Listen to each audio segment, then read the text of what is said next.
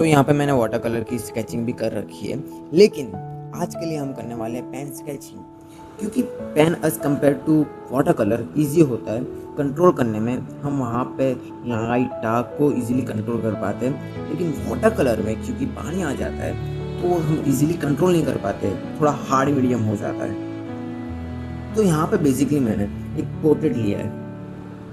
अब सबसे पहले एज अ बिगिनर आपको पोर्ट्रेट नहीं लेना है।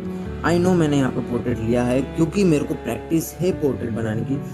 मैंने पोर्ट्रेट बनाने से पहले और भी बहुत सारे ऐसे सब्जेक्ट्स है, ऐसी रिफरेंस इमेजेस है जिसको मैंने ड्रॉ किया है, जिसकी मैंने प्रैक्टिस की है, जिसकी वजह से मैं आज पोर्ट्रेट भी ड्रॉ कर पा रहा हूँ। और यहाँ पे एक बिगिनर्स का एक कॉन्सेप्ट रहता है, गलत माइंडसेट रहता है बेसिकली, कि एक मिथ बोल सकते हैं हम उसको, कि अगर हमें पोर्ट्रेट सीखना है तो हमें उसके लिए अलग से मेथड सीखने की जरूरत है। पोर्ट्रेट के लिए एक अलग मेथड होती है, स्टिल लाइफ के लिए एक अलग मेथड होती है, जिसकी वजह से मैंने ऐसे बिगिनर्स को देखा है जो कि यूट्यूब पे जाके सर्च करते हैं हाउ टू ड्रॉ पोर्ट्रेट। मेरे को स्टिल लाइफ तो ड्रॉ करना आता है, लेकिन पोर्ट्रेट ड्रॉ करना नहीं आता है, तो मैं इसको कैसे ड्रॉ करूँ? मेरे को सिर्फ ये सिखाओ, पोर्ट्रेट बनाने की बेस्ट मेथड क्या है।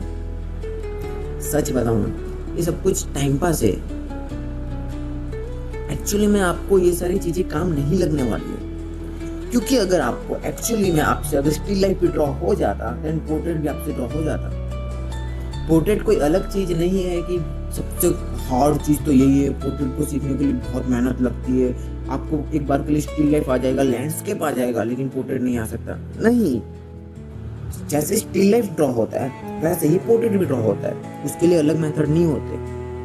अब आप बोलोगे तो यहाँ हमने तो यूट्यूब पे सुना है कि लूमिस मेथड से ड्रॉ करना चाहिए, लूमिस मेथड से बहुत इजीली ड्रॉ हो जाता है पोर्ट्रेट। यस, आई नो कि लूमिस मेथड से इजीली ड्रॉ हो जाता है, लेकिन लूमिस मेथड एक स्टेज है।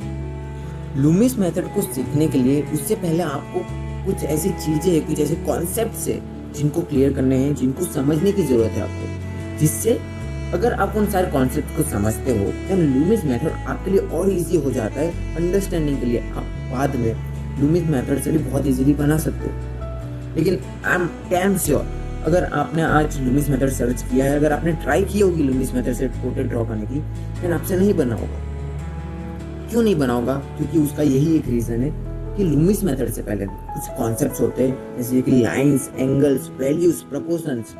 इन सारी चीज़ों को आपको पहले समझने की ज़रूरत है, इनकी प्रैक्टिस करने की ज़रूरत है, एंड देन आपको लूमिस मेथड बहुत इजी लगेगा। सो एक्चुअली में ये सारे कॉन्सेप्ट्स है क्या?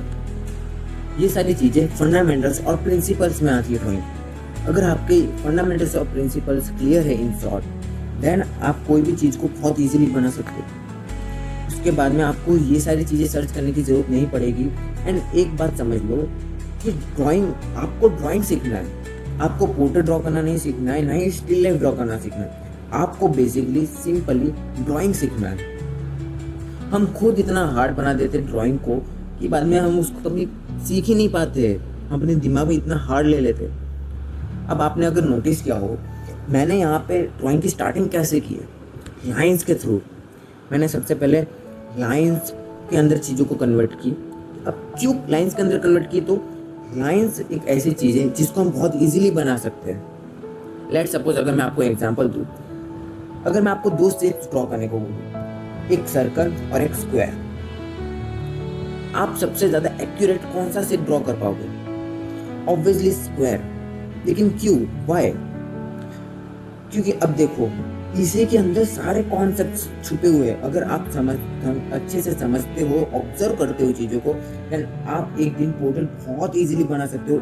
Trust me guys, as a beginner, जब मैं बिगिनर था आपके जैसा, मेरे को भी बहुत हार्ड लगता था और स्टार्टिंग के स्टेज में मेरे को बहुत ज़्यादा कंफ्यूजन होती थी। मैंने बहुत ज़्यादा टाइम वेस्ट भी किया इन सारी चीज़ों के पीछे, लेकिन नाउ आई अंडरस्टैंड, और इसलिए मैं वीडियो भी बना रहा हूँ, सो दैट आप वो सारा टाइम वेस्ट ना करो और आपको समझ में आ सके कि एक्चुअली में आप क्या, कहाँ पे और क्या चीज़ सीखने की ज़रूरत है। सो आप square easy as compare to circle, आप स्क्वायर बहुत इजीली बना लो। लेकिन क्यों? क्योंकि उसके अंदर लाइन्स है, उसके अंदर एंगल्स है। अब लाइन से तो आप उसको इजीली ड्रॉ कर सकते हो, और एंगल से तो आप उनको इजीली फाइंड कर सकते हो। सो दैट जो भी स्क्वायर के अंदर जो भी लाइन है वो आप उसकी लेंथ मेजर कर सकते हो और उसको एक्यूरेट बना सकते हो। इसलिए हम यहाँ पे लाइंस के अंदर सबसे पहले कन्वर्ट करने की कोशिश करते हैं। अब बेसिकली कॉम्प्लेक्स रेफरेंस इमेज, अब जो ये जो आप पोर्ट्रेट देख रहे हो ये बहुत ज़्यादा कॉम्प्लेक्स है, इसको मैं सिंप्लीफाई कर रहा हूँ लाइंस के थ्रू। अब ये कॉम्प्लेक्स कैसे है, आपको कैसे पता चलेगा कि कौन सी रेफरेंस फोटो कितनी कॉम्प्लेक्स है। तो जिस रेफरेंस इमेज के अंदर जितने ज़्यादा कर्व्स होंगे उतनी ज़्यादा वो रेफरेंस इमेज कॉम्प्लेक्स होगी। अब आपको ये ऑब्जर्व करना है कि सबसे एज अ बिगिनर आपको सबसे पहले स्टिल लाइफ से स्टार्ट करना है। पोर्ट्रेट को सीखने के लिए आपको स्टेप बाय स्टेप सीढ़ियाँ चढ़नी होगी एंड देन आप एक दिन पोर्ट्रेट भी बहुत इजीली बना लोगे। लेकिन आपको पेशेंस के साथ ड्राइंग की स्टार्टिंग करनी है, ड्राइंग को सीखना है। तो यहाँ पे आपको मिस्टेक्स फाइंड करते रहने की कोशिश करनी है। लाइंस के थ्रू आपको ऑब्जर्व करनी है लाइंस को। सबसे पहले तो ये समझो, स्टिल लाइफ से स्टार्ट करो। कॉम्प्लेक्स जितने भी कर्व से एकदम सिंपल स्टिल लाइफ लो। सबसे पहले मैंगो की एकदम सिंपल सिंगल एलिमेंट वाली स्टिल लाइफ लो जिसके अंदर ज़्यादा कर्व्स ना हो। अब यहाँ पे बहुत सारे बिगिनर्स अपने पे ले लेते हैं कि यार नहीं भाई मेरे से तो हो जाती है ड्राइंग, मैं तो कर लेता हूँ, मेरे को तो हार्ड चाहिए। लेकिन एक बार ब्रेक लो और समझो चीज़ों को। स्टार्टिंग में बहुत सिंपल रेफरेंस इमेज लो, उसको लाइंस के अंदर कन्वर्ट करो। जैसे जैसे आप इन चीज़ों को क्लियर करते जाओगे पेशेंस के साथ, वैसे वैसे आपकी आई ट्रेंड होती जाएगी कॉम्प्लेक्स चीज़ों को सिंप्लीफाई कर पाने में। एंड जितना ज़्यादा आप अपनी आइज़ को ट्रेन करोगे, जितना ज़्यादा प्रैक्टिस करते जाओगे, उतना ही इजीली आप बाद में चीज़ों को बना भी पाओगे। आई होप आपको समझ में आया होगा मैं क्या कहना चाहता हूँ। और अगर आपने इस चीज़ को समझ लिया है ना, आपको कोई नहीं रोक सकता है। Literally no one can stop you to draw any portrait. Hard से हार्ड चीज़ आप बहुत इजीली बना लोगे। और रही बात इन सारी मेथड की, रेली मेथड हो गया, लूमिस मेथड हो गया, तो मैं ऐसा नहीं बोल रहा कि ये सब गलत है। एक बार अगर आपका ये स्टेज क्लियर हो जाता है लाइंस वाला, देन आपको लूमिस मेथड बहुत इजी लगेगा। आप बाद में इमेजिनेशन से, अपनी खुद की इमेजिनेशन से आप ड्रॉ कर पाओगे कोई भी चीज़ को, पोर्ट्रेट को कोई भी एंगल में। सो ये कॉन्सेप्ट है, लाइंस, एंगल्स, प्रोपोर्शंस पर फोकस करो। अब यहाँ पे एक और कॉन्सेप्ट आता है आई ट्रेनिंग कॉन्सेप्ट। यहाँ पे आप अपनी आइज को ट्रेन करते हो कुछ एक्सरसाइजेस की हेल्प से। अब वो एक्सरसाइजेस मैं डेफिनेटली नेक्स्ट वीडियो के अंदर दूंगा, आने वाली वीडियोस के अंदर बताऊंगा। और भी ऐसे बहुत सारे कॉन्सेप्ट्स है जो कि आपको समझने की और सीखने की ज़रूरत है, जो कि मैं आने वाली वीडियोस के अंदर बताने वाला हूँ। सो मेक श्योर इस चैनल को आप सब्सक्राइब कर लो, सो दैट आप मिस ना कर पाओ ऐसी सारी इन्फॉर्मेशन। और आपका जो ड्रीम है एक पोर्ट्रेट बनाने का, एक अच्छी ड्राइंग बनाने का, एक रियलिस्टिक ड्राइंग बनाने का, वो कंप्लीट हो सके।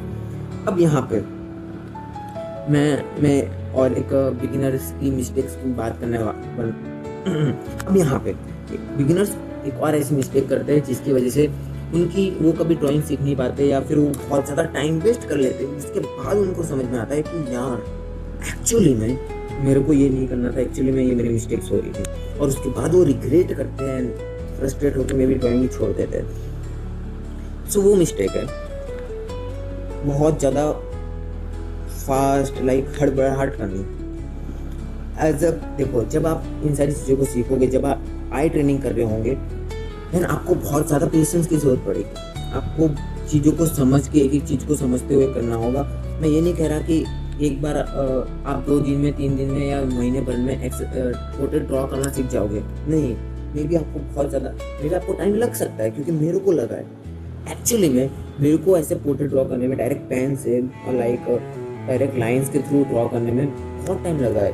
एक्सप्रॉक्स 4 से 5 से 6 महीने लगे, तब जाके मैं कुछ ऐसा ड्रॉ कर पा रहा हूँ। बेसिकली मैं पिछले 2 से 3 साल से ड्राइंग करते आ रहा हूँ। 3 साल होने को आ चुका है। 3 साल से मैं ड्राइंग की प्रैक्टिस किए जा रहा हूँ। और यहाँ पे बिगिनर्स को लगता है कि यार मैं इतना टाइम नहीं दे पाता, जिसकी वजह से मेरी ड्राइंग स्किल्स इंप्रूव नहीं हो पाएगी इतनी। और उसी के चक्कर में, उसी माइंडसेट की वजह से, उसी सोच की वजह से वो कभी ड्राइंग स्टार्ट ही नहीं कर पाते। एक्चुअली में आपका टाइम कभी प्रॉब्लम थी नहीं। Time never the problem is practice. You don't know what to do practice। I hope आप थोड़ा समझ चुके होंगे। आप टाइम कभी प्रॉब्लम कभी टाइम था ही नहीं, प्रॉब्लम थी डायरेक्शन, प्रॉब्लम थी प्रैक्टिस। आपको पता नहीं है कि एक्चुअली में आपको प्रैक्टिस क्या करनी है, जिसकी वजह से आप कंफ्यूज हो जाते हो और अगेन फ्रस्ट्रेट होके ड्राइंग नहीं कर पाते हो। लेकिन अगर आपको सही डायरेक्शन मिले, राइट गाइडेंस मिले, then I am definitely sure आप बहुत इंजॉय करोगे उस प्रोसेस को, ड्राइंग को सीखने की प्रोसेस को, और आप सिर्फ ड्राइंग बहुत अच्छे से हो जाएगी। अब यहाँ पे मैंने थोड़ा कट कर दिया वीडियो को, क्योंकि मैं नहीं चाहता कि आप अभी से वैल्यूज़ की पार्ट में जंप कर जाओ बिना फाउंडेशन को स्ट्रॉन्ग किए। आई नो वैल्यूज़ भी प्रिंसिपल्स में आती है ड्राइंग के, लेकिन वैल्यूज़ से पहले आती है आउटलाइन। आज वीडियो की स्टार्टिंग में मैंने आपको वाटर कलर की मेरी प्रैक्टिस बताई, तो आज मैं वाटर कलर सीख पा रहा हूँ क्योंकि मेरी आउटलाइन का स्टेज क्लियर है। मैं इजीली आउटलाइन बना लेता हूँ वाटर कलर के टाइम पे कोई भी चीज़ की, और बाद में तुरंत वाटर कलर की प्रैक्टिस पे लग जाता हूँ, जिससे मेरी फास्ट ग्रोथ हो जाती है और मैं फ्रस्ट्रेट नहीं होता हूँ मैं, और मेरी ग्रोथ कंटिन्यूसली होती रहती है हर एक दिन, और मैं इंजॉय करता जाता हूँ। सो ये सारी चीज़ें जो मैंने आई ट्रेनिंग की एक्सरसाइज की बात की, वो बहुत बोरिंग होगी, आपको मज़ा नहीं आएगा करने में, लेकिन वही बात है, बोरिंग चीज़ को आपको करना होगा। एक बार अगर आप कर लेते हो देन यू बिकम अनस्टॉपेबल। और यहाँ पे मैं बहुत हड़बड़ाहट में कर रहा हूँ, बहुत, इसको हम क्विक स्केचिंग बोलते हैं, जिसको मैं यहाँ पे कुछ भी लाइन खींच दे रहा हूँ, ज़्यादा सोच नहीं रहा हूँ मैं इसमें कि कहाँ पे कौन सी चीज़ आएगी।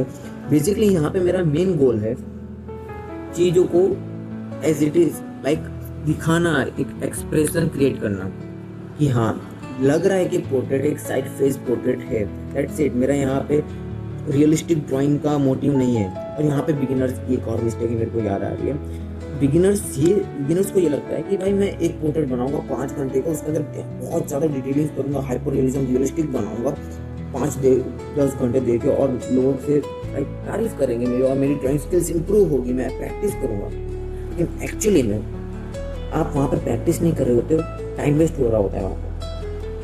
मैं श्योरिटी के साथ कह सकता हूँ कि यहाँ पे जो मैंने मुश्किल से 15-20 मिनट का यहाँ पे जो भी मैंने टाइम दिया है, उससे मैंने आपसे कई ज़्यादा सीख लिया है। यहाँ पे स्केचिंग इसलिए की जाती है कि आप स्टडी कर सको, ये लोगों को दिखाने के लिए नहीं होता है। स्केचिंग सिर्फ अपने लिए होती है। यहाँ पे आप लाइंस, एंगल्स, प्रपोर्शंस की स्टडी कर रहे होते हो, वैल्यूज़ की स्टडी कर रहे होते हो। तो आप देख सकते हो यहाँ पे मैंने इतना अच्छे से शेडिंग भी नहीं किया है, मैंने सिर्फ सिंपली रफ वैल्यूज़ को पुट की जो मेरे को समझ में आ रही थी। एंड यहाँ पे मैंने सिर्फ स्टडी किया है, यहाँ पे मैंने सिर्फ एक्सपेरिमेंट किया है। यहाँ पे मैं स्केचिंग आपके लर्निंग्स के लिए होते हैं, आपके कॉन्सेप्ट्स क्लियर करने के लिए होता है, ना कि लोगों को दिखाने के लिए। और एक अच्छा आर्टिस्ट के फाइनल आर्टवर्क के पीछे छुपा होता है स्केचिंग की कई सालों की स्केचिंग की प्रैक्टिसेस। सो आई होप आपको ये वीडियो अच्छी लगी होगी, इंफॉर्मेटिव लगी होगी। मैं मिलता हूँ ऐसी और इंफॉर्मेटिव वीडियोस के अंदर, तब तक के लिए love art, live art and enjoy. And class में जाते जाते बस यही कहूँगा कि कॉन्सेप्ट्स को क्लियर करते करते चलो, ड्राइंग के फंडामेंटल्स प्रिंसिपल्स पे फोकस करो, बाकी सारी चीज़ें छोड़ दो। डिटेलिंग्स क्या होता है, रियलिस्टिक क्या होता है, हाइपर रियलिज्म क्या होता है, टूल्स क्या होते हैं, एक्सपेंसिव टूल्स, सब छोड़ दो एक बार के लिए, साइड में रखो, सिर्फ फंडामेंटल्स और प्रिंसिपल्स पे फोकस करो। मैं मिलता हूँ ऐसी और इन्फॉर्मेटिव वीडियोस के अंदर, तब तक के लिए लव आर्ट, लिव आर्ट।